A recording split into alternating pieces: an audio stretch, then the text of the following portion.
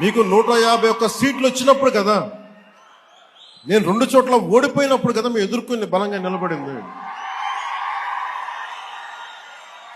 అంటే గుండెల్లో ఎంత దమ్ము ఉండాలి, రక్తంలో ఎంత వేడి ఉండాలి మీలాంటి వాళ్ళు తట్టుకోవాలండి.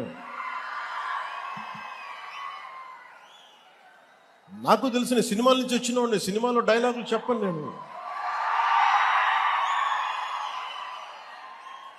కుత్తుకలు కోసేస్తాం, మిడకాయలు కోసేస్తాం అంటే కోయడానికి మేమేమన్నా చొక్కా ఇప్పి చూపిస్తామా?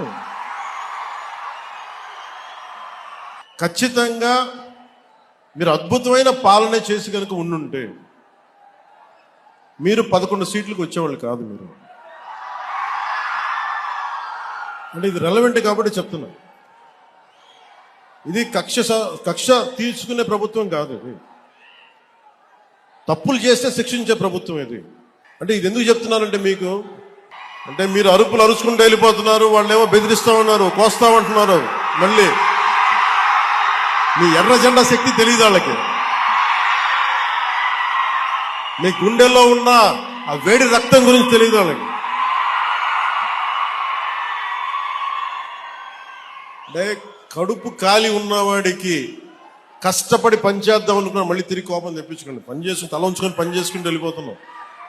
నిజంగా 11 సీట్లు ఇచ్చిన ఆ పార్టీగా మేము గౌరవిస్తున్నాం. అంతేగాని మేము కుత్తుకులు కోసేస్తాం,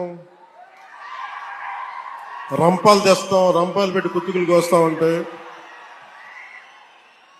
మీకు తెలుసు కదా, అలాంటి వాటికి తాటాకి చప్పుళ్ళకి మేము భయపడం.